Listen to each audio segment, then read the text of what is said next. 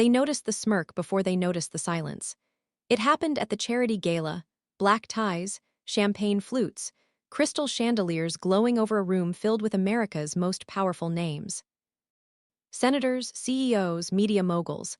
And at the center of it all stood Ethan Whitmore, a billionaire whose name was synonymous with success. Self-made, tech empire, magazine covers. Beside him stood his wife, Nia Whitmore, elegant, calm, black, and completely ignored. Across the room, a woman in a red silk dress leaned toward her friends and smiled, not a friendly smile but a slow, confident smirk. The kind that said, "I've already won." No one called it out. No one corrected her, because the room had already decided who mattered. If you've ever watched someone underestimate a person just because of how they look, stay with this story. Because what happened next changed careers, reputations, and lives. Ethan Whitmore loved rooms like this, not because of the luxury, but because of control. Every handshake meant leverage. Every smile meant influence. He had built his empire from nothing, or at least, that's how the story went. What the media loved to repeat. Grew up middle-class, brilliant coder, ruthless discipline, married, young, what they didn't talk about. Who supported him before the money, who edited his first pitches, who stood by him when investors laughed. Nia did. But history has a habit of erasing black women quietly. Nia wasn't loud. She didn't interrupt conversations. She didn't force her presence. She had learned early that black women are punished for confidence and dismissed for silence. So she mastered something else: observation. She noticed how people spoke around her, how they asked Ethan questions she had answers to, how introductions skipped her name. "She's beautiful," they'd say. Never brilliant, never strategic. And tonight, that red dress smirk told her something important. Someone thought she was disposable. Her name was Claire Montgomery, media consultant, well-connected, white, and very sure of herself. Claire had been Ethan's open secret for nearly a year. She knew when he traveled. She knew when Nia stayed home. She knew things wives weren't supposed to know. And tonight she stood just close enough to be seen, just bold enough to be noticed. And when her eyes met Nia's across the room, she smiled. Not cruel, not angry, victorious. No slurs were spoken, no insults thrown, but racism doesn't always shout. Sometimes it whispers through. Assumptions access entitlement. Claire assumed. Ethan would choose her, Nia would stay quiet, power would protect her, because history told her it usually does. But history hadn't met Nia Whitmore yet. Nia lifted her glass, not shaking, not angry, calm. Because when you've been underestimated your whole life, you learn something powerful. You don't rush justice, you prepare it. And across the room, Claire's smirk lingered. For now. Dinner was announced with a soft chime. Crystal glasses clinked. Chairs slid back. Conversations shifted from networking whispers to polished laughter. Ethan offered his arm to Nia out of habit. She took it, not because she needed support, but because she understood optics. As they walked toward the main table, Nia felt it again. That presence, Claire, now seated just 2 chairs away. Close enough to be intentional, far enough to be deniable. Claire leaned slightly toward Ethan, her perfume sharp and expensive, her voice just loud enough to be heard. "Ethan, I didn't know you'd be sitting here," she said lightly. "I would have dressed more formally." Her eyes flicked to Nia, measured, judging. Nia smiled politely. The kind of smile black women perfect when they're expected to absorb disrespect gracefully. The first course arrived. Someone across the table asked Ethan about a recent acquisition. Before he could answer, Nia spoke. "It was actually a risk management decision," she said calmly. "The numbers suggested long-term stability over short-term growth." Silence, not disagreement. Dismissal. A man 2 seats down nodded vaguely and said, "Right, well, Ethan always has good instincts." "Always?" Claire smirked again, smaller this time, satisfied. Nia noticed how her contribution evaporated midair. She noticed how her intelligence made the room uncomfortable. Because confidence in a black woman is often mistaken for threat. Halfway through dinner, Claire leaned back in her chair. "So Nia," she said sweetly, "do you work with Ethan, or do you focus more on personal projects?" The table went quiet. It was a question wrapped in velvet and lined with barbs. Translation: Are you useful or just decorative? Nia took a slow sip of water. I used to run corporate strategy, she replied. Before I stepped back. Oh, Claire said, feigning surprise. I didn't realize. Nia met her eyes. You wouldn't. Something shifted, not loudly, but noticeably. Ethan laughed awkwardly, trying to smooth things over. Nia's being modest, he said. She's always had opinions. Opinions, not expertise, not leadership. Nia didn't look at him. That word landed harder than Claire's smirk, because it confirmed what she'd felt for years. Ethan didn't see her power anymore. He'd grown accustomed to it, taken it for granted, and that realization didn't hurt. It clarified. Dessert arrived. So did the whispers. Claire leaned toward her friends, low enough to seem private, loud enough to travel. I just think it's sad, she said. Some women hold on even when it's clearly over. A few nervous laughs. No one corrected her, because calling out racism, especially against Black women, has a social cost. And most people at that table were very invested in comfort. Nia rested her fork. She'd heard enough. Nia stood, not dramatically, just deliberately. I'm going to step outside for some air, she said. Ethan looked up, surprised. Everything okay? Nia smiled. Everything is clear. And for the first time that night, Claire's smirk faltered. Just slightly. Because confidence backed by certainty is unsettling, especially when you thought you'd already won. The terrace overlooked the city. Lights stretched endlessly, power, money, opportunity. Nia breathed in the cool night air. She wasn't angry, she was focused. For years, she had minimized herself.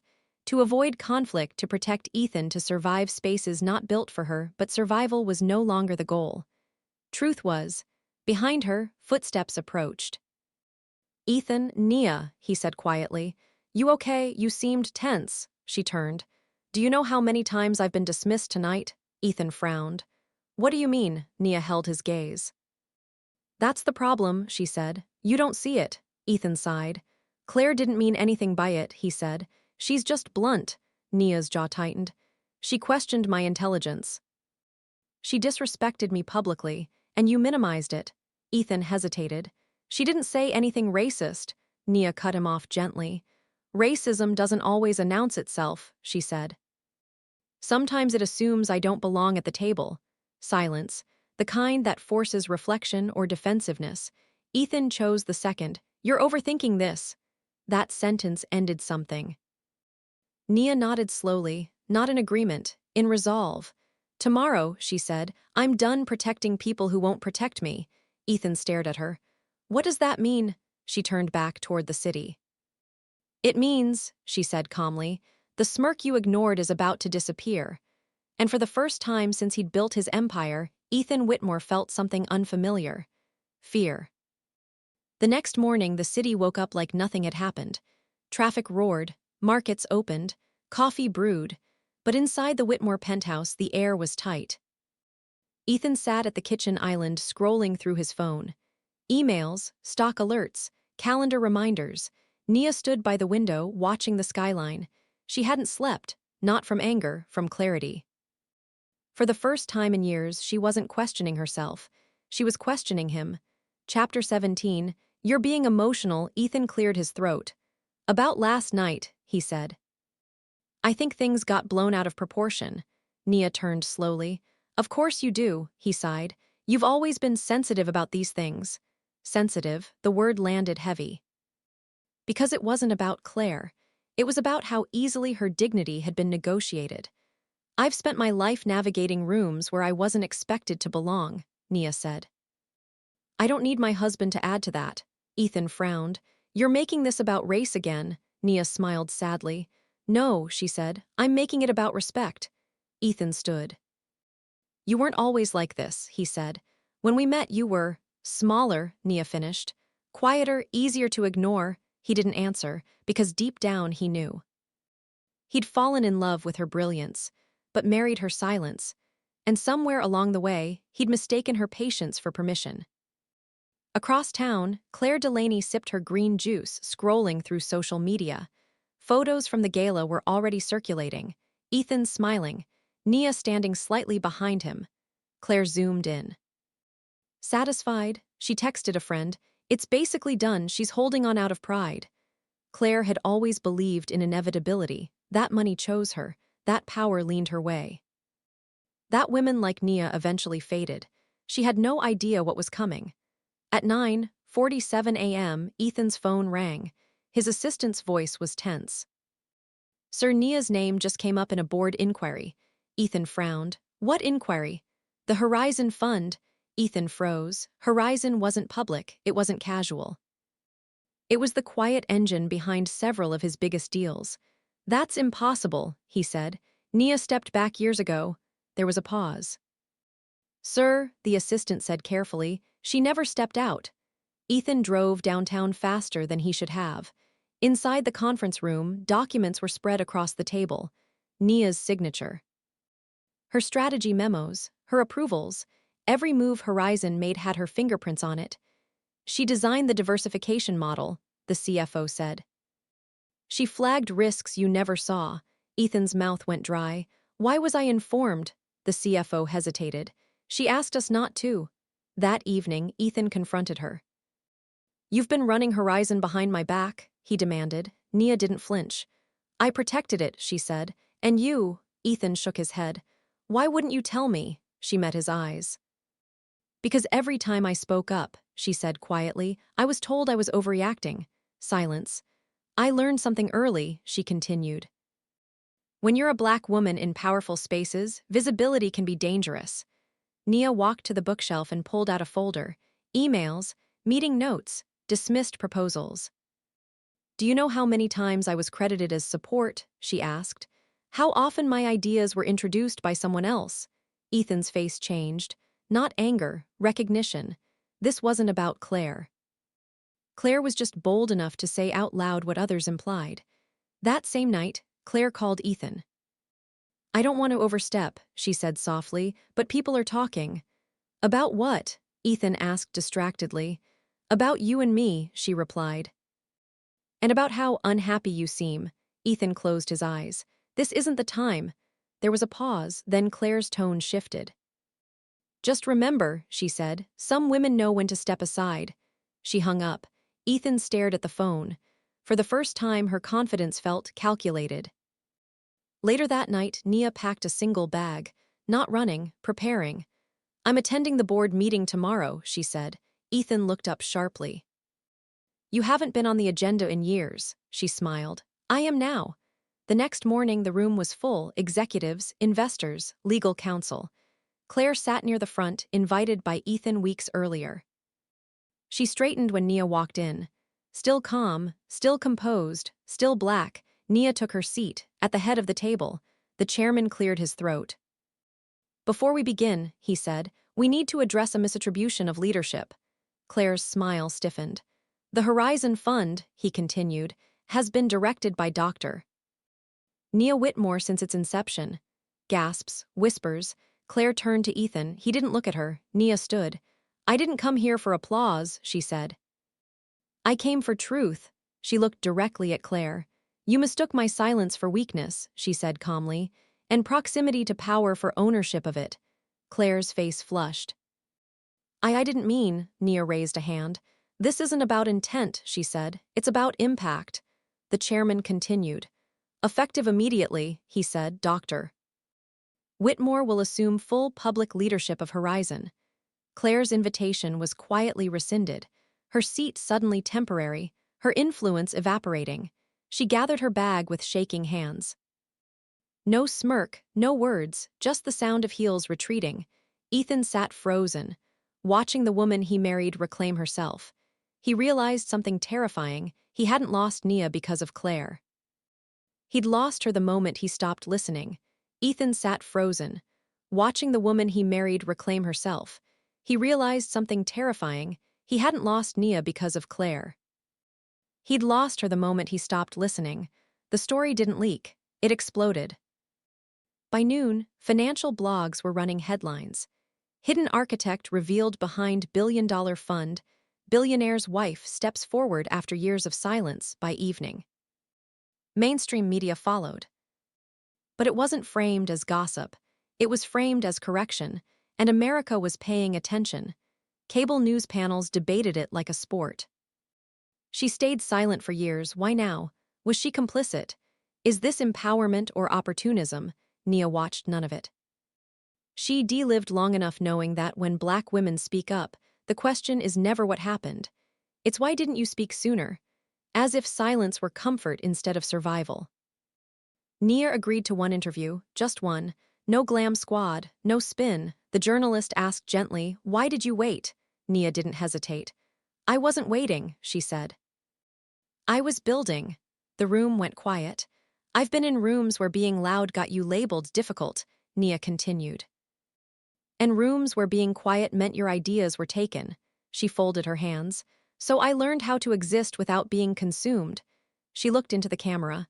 "That's not weakness," she said. "That's navigation."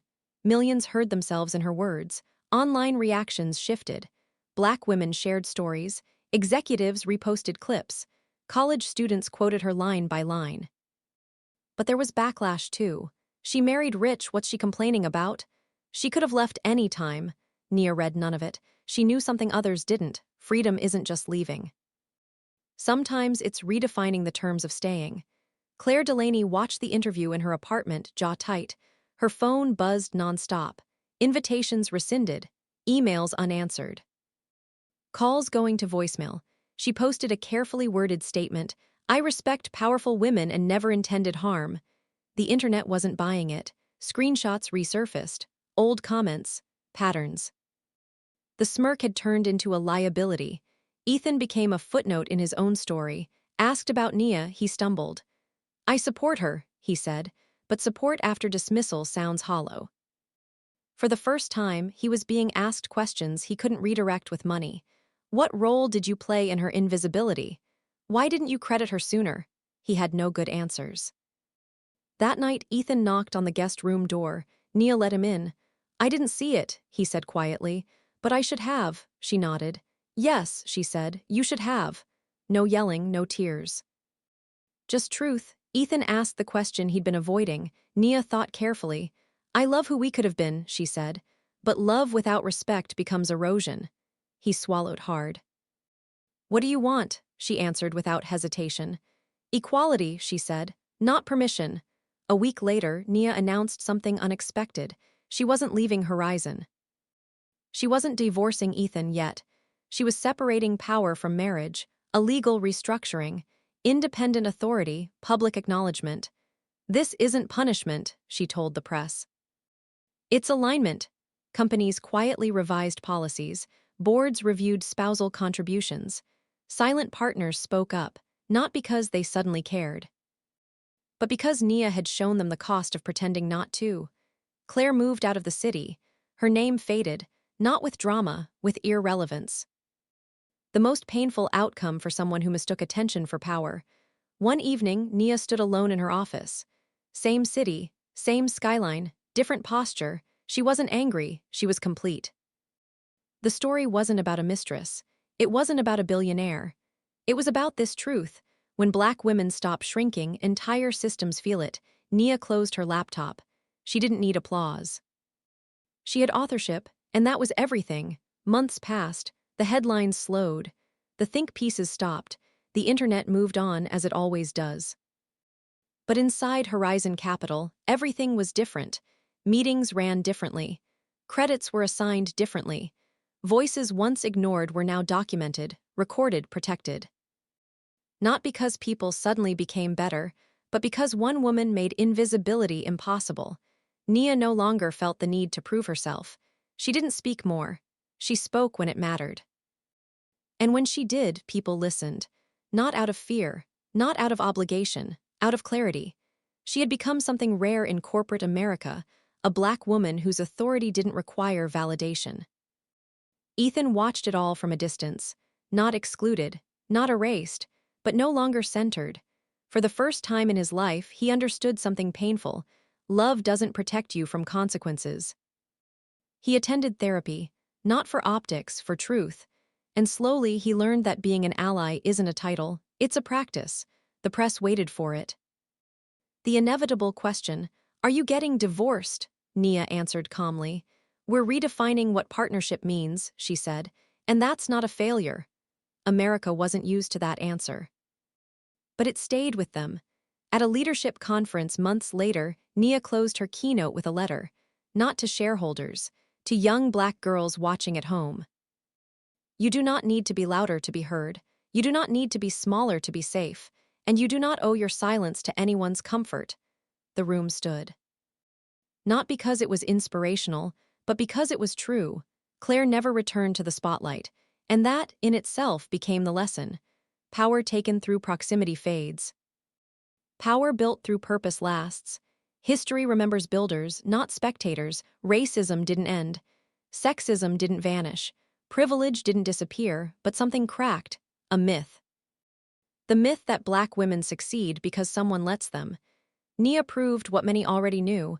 They succeed despite the system, not because of it. Late one night, Nia stood in her home office. No cameras, no headlines, just her reflection in the glass. She smiled. Not because she won, but because she was finally whole. This wasn't a story about revenge.